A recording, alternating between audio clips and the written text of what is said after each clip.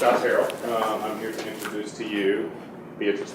I just recently met Beatrice probably, I would say about 2 months ago, and I've mentioned you to quite a few people and that I'm working with you, and they all say the same thing.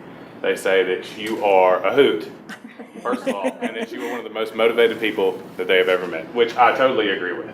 And she will speak her mind, and she will tell you exactly what she thinks, and it's a very good thing, and she's very good at what she does. We call her the food tutor. Beatrice, she dedicates her life to helping and educating people in education and the education of food. She has a BA in education and minor health science, and a BA in education and a minor in health and sports science from Wake Forest in 1987. In 2004, she received her master's in education and curriculum writing from Phoenix University. She was also a pioneer of the Wake Forest women's soccer team. She pretty much started the soccer team. She went to, was it the dean, and said that they needed a soccer team, so therefore she got a soccer team, which she still competes in. She do sport clubs? Two. I compete in a men's league and in a women's. So co-ed, she's with the men just as well. She also plays racquetball, and she competed in her first triathlon. And won it. And won the triathlon, which is very amazing. In 1996, she founded Salisbury Tutoring Academy, which is off of Julian Road. And she also won Small Business Administrator's 2010 Small Business Person of the Year. She was awarded congressional recognition from Congressman Howard Coble. In 2010, she actually got to meet Barack Obama and shake his hand at the White House, and she was congratulated by him. She's been featured on multiple local news stations and nationally televised on CBS, NBC, NPR, and was featured in the Huffington Post as well. She is trademarked the tool H3LT, which has helped over 6,000 people change their negative habits, and she also hasn't eaten sugar or genetically modified food in 3 years, which I don't know if y'all can even fathom that. It's crazy. I have a sweet tooth. I eat healthy, and it's so hard for me not to eat sweets, and it's amazing that she's done. And as you can tell, it works for her. Her book is called Body Wisdom, Natural Health in You, and it is also available at Amazon, Audible.com, iTunes, and Barnes & Noble. And if you guys, this book it's awesome. It's got a lot of information in it. It can point you in the right directions. The recipes are awesome. I recently started using them myself, and you can do variations, which I will show you today, but everything she has in there is great information. So I would need you to take the book and use it as best as possible. So, Thank you so much. So I did want to talk to you just a little bit about the excitement of this. So I did love and played soccer in high school, and I went to Wake Forest, and I put together a team, and there was 55 girls came to the first tryout. So I went to speak to the athletic director, and I said, we should have a soccer team. And she said, oh no. She said, we have golf and we have tennis. So that ended that conversation, and I went home and I cried for a whole night because I really wanted to play soccer at Wake Forest. And then the next day, and the reason I'm sharing this story is because it relates to what I'm doing right now, because at that time I just felt so sure, and I just knew that all the little girls in America needed the opportunity to play soccer, and that this was a movement and I was a part of it. So it was just a complete confidence, and I really feel that way right now about what I'm doing with the food. So I'm just 100% sure it's the thing, and that everybody has a right to know how to eat that way, and that I'm at the beginning of something very exciting that's going to be huge. So, and women's soccer was that, but not with that person, but I went to speak to the student body president, and I like to mention the names of innovators and people that are out there. So his name was Steve Lamastra, and he said, absolutely, we're going to have a women's soccer team. And we found monies from here and monies from there, and we competed against varsity teams from all over, and it was just very exciting. So now I went back to Wake Forest this last fall, and the women who were pioneers for the women's program were all honored at the halftime of the Wake Forest women's football game. Of the Wake Forest women's soccer game, and also during the middle of the football game. And my name was mentioned and given credit. And here is the current team, and that's the alumni team, and there I am. And we get to play in a stadium called the Spry Stadium. And Wake Forest campus has numerous stadiums, and this is one for soccer only. How about that? Okay, so now you're here at the exciting part. And we're really excited in terms of a team because, we've spoken, this is not our first event, and we just know that you're here because you want to be, and that's really exciting to us. So I just wanted you to, know that that's our sentiment. What I would like for you to do is there's a book that has a yellow sticker on it. This is a book that's not for sale, and I use it to teach my classes. So it's yours. Don't write in it. I'll use it for the next class. Now, if you want your own book, they're right there. We'll sell them to you at the end of the session, and I'd be happy to. But this one's just for you to kind of get familiar with the layout of the book. This book is not like another healthy cookbook, okay? What it is a curriculum, because I have a master's in curriculum writing, and so I wrote it that way. So there's like steps to it. The first thing is you have to figure out what your thing is. And most people know, one of our other workshops, one of the people there, she just can't do almonds. So she would have to work around that. So I do have 70 recipes with lots of colored pictures in here of what was my workaround, like the things that I wanted to give up or needed to give up or chose to give up. And so it'll be customized to you. This will be your program when you get done with it. So the first step is to reorganize your kitchen. The second step is to get your head on straight. And the third step is to modify your habit.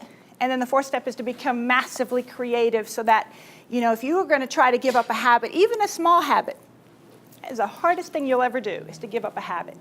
But by giving up a habit, it's like that's my quote for the day, is trade a habit for happiness, okay? One little thing you do, like Crystal might teach you about some of the things to do to neutralize your house. You just take one step. Just give up that detergent and use that detergent. That may not be a big deal, but it is. It's just a huge thing you're doing for yourself, for the environment. So every baby step you take, don't minimize it. Don't minimize it. It's huge. So, and then maybe the next week you take another baby step, and look where you'll be in a year. So think about it that way. And when you give up a habit, the best way to do it is if you have something way better. So if you have recipes and foods that are way better than what you think you're hooked on now that you know that you feel guilty after you eat. I've been told I have the healthiest relationship with food. It's a total love affair. And it used to be every time I ate, I felt bad afterwards. So this has been a big transition because, we're conditioned to feel guilty. So no guilt. I have no guilt about anything I eat, and I'm crazy about every meal, and I photograph them and send them to everybody I know. Okay. So the first thing I wanted to kind of mention, there's a little bit of a downer here, and I'm just going to get it out of the way first. And that will be on page 4. The downer is that I'm dedicating this book to my mother and her sister. And at my age, my mother was already not around, and she died of breast cancer, okay? So and I was in my 20s when that happened. And so in my mind, I always kind of had this guillotine over my head. So I went to my doctor. My doctor said, get mammograms. So off I went, lots of times, more than one a year, because they'd say, we think we saw something come back. And always afraid, always just waiting for the bad news. And I guess I just kind of realized that wasn't the plan. Because if the mammogram ever did do its job and show me something, I already had it. So it was not preventative. So this has motivated me. And that was what happened 3 years ago. It was just a wake-up call to say, what am I doing to prevent? What am I doing to cause? Looking at my whole life. So my cleanup was centered around that. But also, as Dr. Binder mentioned, the statistics are staggering. And so you heard the number for cancer. Well, the number for breast cancer is 1 out of 8 women. So 1, 2, 3, 4, 5, 1, 2. I mean, that's a little high, okay? And then in India, it's only 1 out of 21 women die of breast cancer. Now, why is that? So it's a good question. So I'm just thinking, well, let's figure it out. So that's what this book is. This is my motivation to do this book right here. I would like for you to turn, please, to page 6. This is a statement by Miriam Deneen. As you can see, the first statement was Dr. Michael Binder, but the second statement is Miriam Deneen.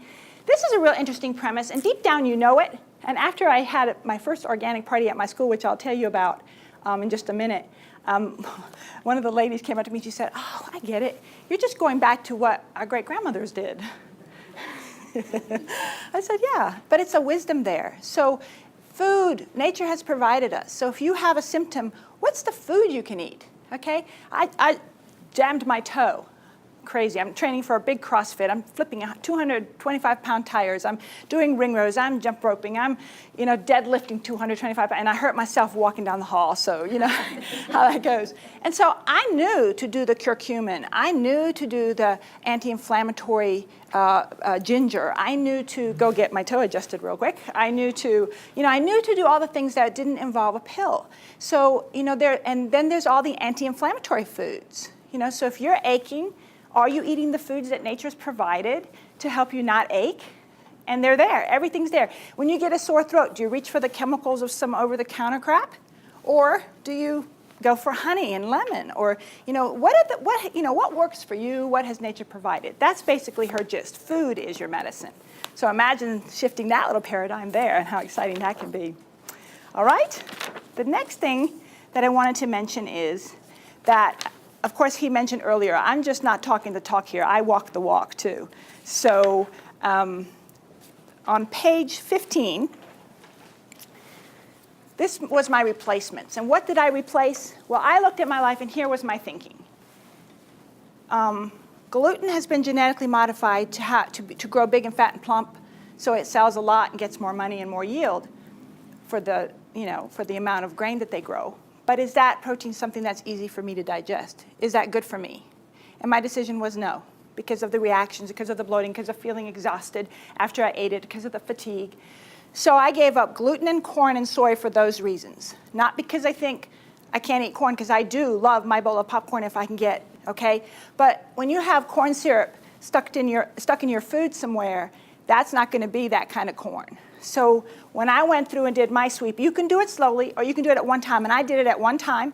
It was 8 bags of food went out in the trash because it had corn syrup, cornstarch, sugar, gluten. And I also, in that process and in the thinking of the toxins, and because of how it makes my body feel, I gave up dairy, okay?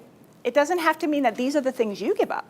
This just was what I did to clean it up for myself so that my body could become a machine so I wouldn't be burdened, and because I didn't want to run the risk of building any toxicity in my body. So basically, the dairy is because, as many of you know now, because there's a lot more awareness, the cows never see the green. They're in a little cage. They never move. They don't exercise. They only lactate because they've been pumped up with hormones, and they're sick. So they get a lot of antibiotics, and that's what you're drinking and eating when you get that kind of thing. So that was my reason. But there's some dairy, and I mentioned in here how I do incorporate it in. But overall, I gave up the old dairy, so to say. And then I put all of this in my kitchen. So it's a lot of food, and it's all good. So this is just to give you ideas of how to do that. Also, if you'll turn to page 18, I'll talk to you just a little bit about sugar. I really do believe that I was addicted to sugar because I was it was like a drug. I would go along, I'd see my sugar, I'd suck up my fix, and then I would have some energy, and then crash. And then I'd pick myself up, see my next fix, suck it up. So that's what it became for me. And if you learn a little bit about insulin resistance and all of the blood sugar issues and the blood sugar diseases and the weight diseases, they all have that in common, that we weren't meant to ever jack up with sugar breakfast, lunch, and dinner. It's supposed to have been some sugar for your birthday and Christmas and Easter maybe, but not all the time. So we're bombarded with hidden sugars. Mine wasn't even that blatant. I would just always need a sweetener, that sweet tooth thing. If I had a bowl of yogurt, I needed 2 tablespoons of jam. Well, you look in the jam, it's loaded with sugar and corn syrup. There's a whole much more delicious way to make jam with pure strawberries and lemon and a tiny little bit of honey, and that's good strawberry jam. So it was just that I had so much of it. So what happens to a lot of people is that they don't realize that sugar is actually dangerous for your brain. So your brain thinks, danger, danger. So it produces things that counter the sugar. Well, it keeps producing that all the time, and eventually those mechanisms get tired, and then you become insulin resistant, and then nothing you do can help. Then you have to, so be very cautious about sugar. Now, I have a lot of sugar replacements, and to be very honest with you, my recipes, I don't even, if I do a little maple syrup, it's so little. So, and it's the other sweeteners you can use, but everything in moderation, okay? So this is the chart that talks about the sugar, but look at the next page. So here's what I told you about giving up a habit. Well, if you eat bland food, then you're going to crave the old jacked up food. So, but look at this. All of that, number 7 down the list. What is that? That's chocolate. Cocoa powder, right? So this is organic cocoa powder. Of course, I keep everything in mason jars because I'm getting rid of plastic. Plastics leach endocrine disruptors and leach, fake mimic estrogens. So be very aware, put everything in glass. Or pure chocolate. So you can incorporate, so I love chocolate. There's no way I'm giving up chocolate. Plus it's all those antioxidants, plus it's healthy, plus it's a cancer fighter food. It's on the list of medicine for fighting cancer. So how about not feeling guilty about eating chocolate? And on the topic of chocolate, I just have to mention a funny moment. This was Salisbury's first organic party, and everyone that attended it was their first organic party, okay? And what was neat about this party was there was no chemicals in any of the vegetables.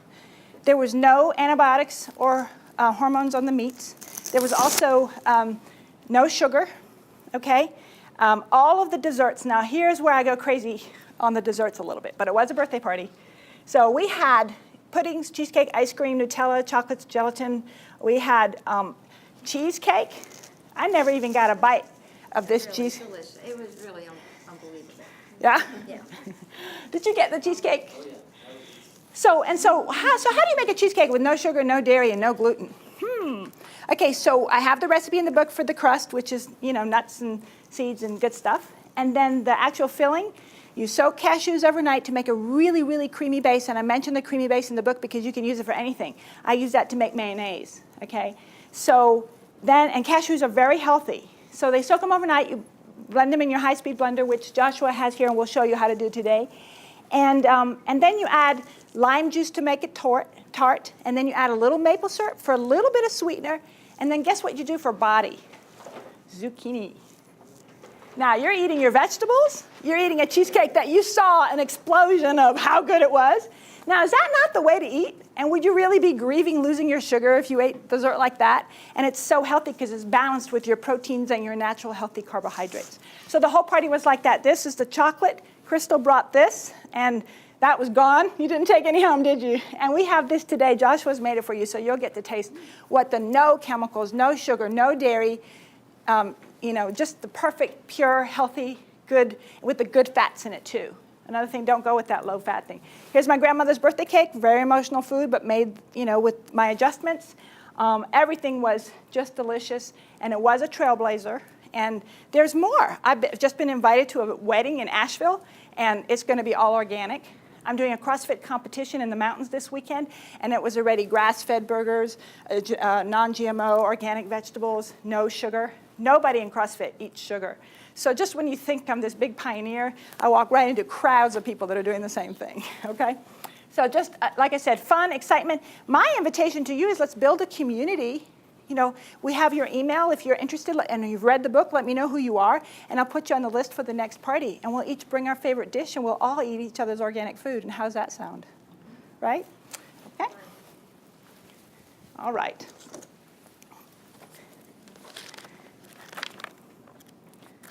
Okay, the next thing that I wanted to mention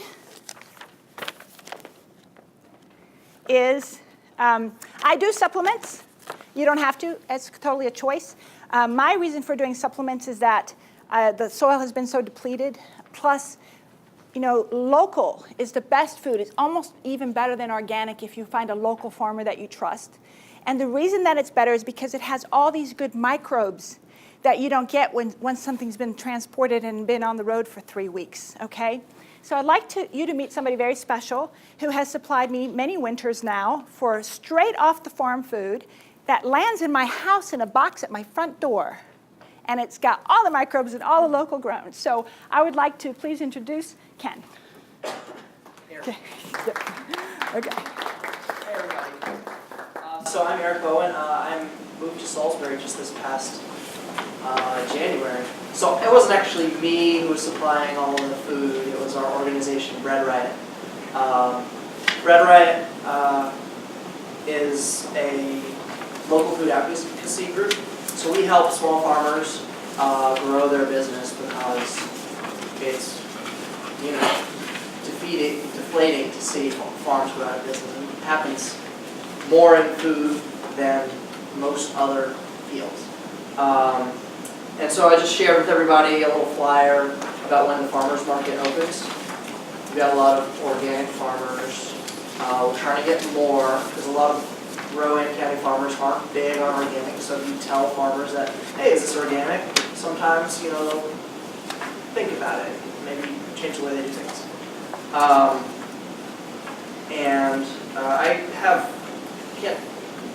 have one story to share about, we haven't really talked much about meat, but I don't know if anyone's heard of MRSA, but one of the things that happened in my life last year, I don't really usually share this, but my wife passed away from a MRSA infection. And so I'm really passionate about getting antibiotics out of our meat. So when you buy organic meat, you're supporting meat that didn't have antibiotics in it. And so I would encourage everyone to support local farmers who don't use antibiotics. One final thing is our organization Red Riot has an event May 17th that is a big farm-to-table celebration. A lot of you have probably been to Ride in the Pasture. Has anyone been in the room? Anyone? Josh, thanks. Was it amazing? Did you have a really good time? So we have great local food put together by really good chefs. Josh did all the food one year. Very first one. Yeah. He did all the food, Yeah, and and it's a great cause to support our organization and help us support small local farms. So the flyer that you have is two-sided, so if you haven't seen it, just flip that over. Okay. All right, thanks. And then Dr. Binder wants to get up with you, so make sure you connect with him. Okay, so the next thing, and this is the whole purpose, I want you to go home today with things. I want you to go home with concrete things. Now you know about this, and I want you to, take home things with you today that will be helpful, and I hope this was helpful. The other thing that I wanted you to know is that I told you that you have to change over your kitchen and make yourself a plan and figure out what you're going to do. The other thing is you have to have your head on straight. If I go in to flip a 225-pound tower and I don't have my head on straight, that tire won't even move. It's like, I'm giving it all I got. So you have to make sure your head is on straight. So by head on straight, I mean that you have to kind of look at, we all have our thoughts, the endless loop of thought.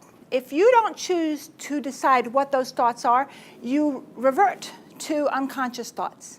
Unconscious thoughts are not always great. In fact, they're not great. They're negative, and they are what the world's conditioned you to be, or what some parent told you, or some teacher who wasn't enlightened got in your head, okay? So you control your own thoughts. So there's Louise Hay wrote a book about, she healed her life, and she's excellent. And so I actually did that book and then wrote down my affirmations. So the next part of the book will have my affirmations.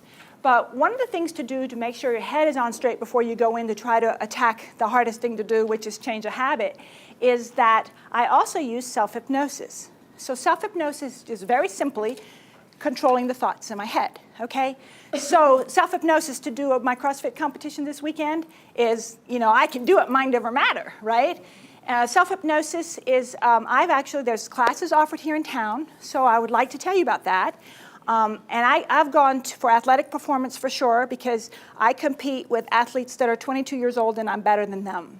So, and I know because when we both go for the ball, I win. It's very easy to determine that. So I do it for athletic performance, I do it for better sleep, and I do it to manage pain, okay? So, the classes are being offered, and Donna teaches the classes, and so I'd like for you just to tell us when and where, and how we can learn about that. We have a new class starting on May 23rd. I'm with Lyerly Counseling Services, and it's called a group, but you think of a group as, hi, my name's Donna, I'm an alcoholic, but it's really nothing like that. It's really more like an actual class. You come in, and Patty actually teaches it. She uses self-hypnosis to teach you how to get your mind in frame for different things, anything from cravings to, like Beatrice uses it for athletics. I run a study group with the fire department for EMT training, and I have one of our counselors that helps me out and volunteers and works with them to get them their test stress levels down. It's amazing when you learn to use the tools in the class, what you can do with your life. It's been amazing stories that she has to tell about what people have been able to overcome medically, what people have been able to do with the fire department. She's really worth checking out and learning about what we have to offer. So what was that date again? Oh, I'm sorry, it's May 23rd, it's on a Saturday. It starts at 11 a.m. and it's about an hour each week, and the first class runs for 7 weeks. Okay. All right, 7-week class, Located at the, Lyerly Counseling Center. 523 South Main Street. And there's a flyer, and so enjoy. All right. Another thing that I wanted to mention is, okay, so you can talk a lot about food, your medicine, and getting your head on straight. But the other thing, too, is that it's about finding tools that are not chemical, because this is a book about detoxing. So you do want to get rid of the chemicals in your kitchen, chemicals in your food, chemicals in your house, like Krista will tell you, chemicals on your skin, like Maya will teach you in a minute. But you also want to be aware of chemicals that you take with medicine or over-the-counter drugs, okay? So I have met somebody, her name is Bonnie, and she'll tell you about another thing that is in our community and available to you that is a way of treating symptoms and healing yourself without popping pills, okay? Hi, I'm Bonnie, and I'm a reflexologist, and I also work with essential oils. The reason I went into alternatives and started looking at them is because of my dealings with the medical field and the damage it caused. I was on 22 pills a day at one point, and it did more damage than it did anything good. I have a lot of neurological damage from it. But with the help of reflexology and the alternatives, I do self-hypnosis also. It has changed my life completely. I'm only on 2 pills right now at the moment. Trying to get off of those, but it may take a little bit longer. One is a thyroid pill, and the other one is an antidepressant. And with self-hypnosis, you can, depression, stress, talk about good night's sleep, and reflexology is the same. And with all the medications that the doctors put me on, and I was over-medicated because I started hallucinating. And I attribute reflexology to saving my life at that time. There are some poison points you can hit, and when that happened that day, and I went to the restroom, my urine was almost this dark brown with the poisons coming out of my system. And I could literally feel it draining out of me. And it was just amazing what had happened. So every week, I have reflexology. Every week I have chiropractic. I do self-hypnosis. And I have been working on cleaning out my cabinets. I drink water. I use my Bubba keg. It goes with me everywhere I go. So I drink a lot of water. I am coconut oil to me right now. That's the only oil I use when I cook. And Bonnie, you offer a service. What is it? My services are reflexology, and I use essential oils with them. Where are you? I'm located on Old Concord Road. If you know where the new entrance is to RCCC, I'm directly across the street. And I work at my home, so my hours are very flexible. So motivated to heal herself and now wanting to heal others. So. She's very good. Oh, okay. Great. Okay. All right, so what I want to do too here, just to kind of wrap up the food thing, which of course there's lots to say. But we'll kind of move quickly. Look at page 77. Here's an idea of what you would do if you love tacos, if you have children or grandchildren who love tacos. Okay, so I used the paleo wraps. The neat thing about this is that my book is on sale on Amazon, and somebody went to go buy it, and they immediately bought these paleo wraps, coconut paleo wraps, and they populated it with my book information, so Amazon's really good to me. But anyway, so this is, you take the coconut wraps, and you put your leftover chicken, your tomatoes, your avocado, a little bit of lettuce, your taco seasoning, and less than 5 minutes, you have a meal, right? and a meal that's kid-friendly. So everything about this book is about how to make delicious stuff quickly, keeping in mind, you know, that you're a professional. I actually cook twice a week and save it up, and it's all about organization in the end, because I am a busy career woman and I have a lot going. So, and I just refuse to eat toxins and I refuse to be deprived. So this book is the answer to that. Okay, turn to page 89. This is a real interesting area in your life that is a deficiency in America, which is fermented foods. There is no culture in the world that does not have fermented everything, okay? You know, you go to anywhere. Maya, would you say Eastern Europe has fermented cabbage, right? Like on a daily basis. And it's like, so a lot of and the yogurt is not enough ferment to count for it to be a real, and the reason fermented foods are important is because they're already broken down, they're loaded with good flora, your intestines are loaded with good flora, and you want a lot of complementary stuff going on there. So I teach you how to ferment in here. You can ferment your tea. In the olden days when people came over to America on the boat, they actually came across with little jars with their ferments, like family ferments. So, you know, these are things that are live cultures. So eating live cultures, we've become way too germ-free, and we need the good germs. We need the good flora and fauna. So that's one of the parts of education about getting a well-rounded diet. Look on page 106. I'm making this right before my CrossFit. Why? Because it's a pancake. It's a pancake without dairy. It's a pancake without sugar. It's a pancake without flour. It's the most delicious pancake. So, and you make it, you know, there's two different ways to make it here with the coconut flour or just the eggs. You take your eggs, you beat them up, put cinnamon, salt, mash a little bit of a banana for a tiny bit of sweetness, throw in your wild frozen blueberries, and that's the best pancake you'll eat. 5 minutes to make it, well-rounded food. Yes, ma'am? Can you substitute like almond flour and almond milk for most of these? Absolutely. Yes, ma'am.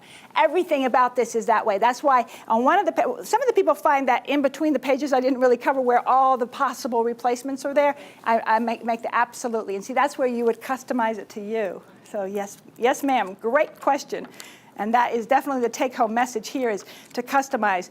All of the desserts in here are ridiculously delicious. Page 125, you know, your ice cream, no dairy, no sugar. At our organic party, Dr. Brenda was like, wait, how'd you go from that to this? You were shocked, weren't you? You're like, how did you make ice cream like that? And I had my blender, and I could hold it upside down. The ice cream had texture, consistency, body, no sugar, no dairy, nothing bad in it. The only sweetener is the banana, and really bananas are extremely good for you. And the thing about it's weighing all your risks and benefits. If you eat refined sugar, it has only risks, no benefits. Now, if you eat a little bit of honey or a banana, you know, fruit has so many benefits. Yes, it does have the sugar. You have to weigh it. So I sweeten my ice cream with a banana because it has all the vitamins, all the antioxidants, the power of the banana, the potassium in the banana, the good stuff in the banana that I need as an athlete. So yes, it has the sweetener, and I'm good to go. It's still the best ice cream you'll ever eat. So, and it is definitely for me. The very last page is where we segue into what Maya's going to talk to you about. I only have 4 pages. It starts on page 146. Okay? It can be so overwhelming to go out there. I've simplified this down to the bottom line. Okay? So I looked at the rest of my life. I had a pool. It was chlorine. I switched it to salt. Okay? I walk out of the room and somebody uses the microwave. I don't need the radiation. I'm cancer preventative. You know, radiation causes cancer. So you have to think about those things. You know, there's a weed killer. I don't want my yard full of poisonous weed killer. There's an option in here. There's an alternative. If you don't feel comfortable throwing out your sugar, you can make a sugar scrub. And that is some awesome stuff. I mean, you put some olive oil, some honey, some sugar, and some lemon, and you go in the shower and scrub your whole body down. Just wait to see how that feels. That is an amazing thing, okay? Then the other thing is that, and this is, you know, getting the plastics out, getting the mimicked estrogen. So many of those cancers are caused because your estrogens are out of balance. And so, you know, be very aware of, you know, where all these toxins are. You switch over to glass. I have all glass Tupperware at my house. No more plastic Tupperware. It's a fun little transition. Just one day, go to Amazon, buy the 9-pack piece for $18. Come home, say, oh, this goes here, that goes in the trash. And that was a baby step, but it's huge in terms of your health and giving yourself every chance you can. The next thing that you see after this chapter on detox is the tool. I own the trademark to this. This is what got me to meet the president. This is how I've modified over 6,000 times the habits of people that I work with, because modifying habits is what I do at the Salisbury Tutoring Academy, and it's what we do with this book. So you have full access to all the power of this tool when you use this book. And if you need any help, I do offer classes at the Salisbury Tutoring Academy to help people make the transition. And without further ado, I would like to introduce Crystal, who's going to tell us a little bit about Maya. Okay? All right. Thank you so much for your time. And books are available right there if you want them after the class.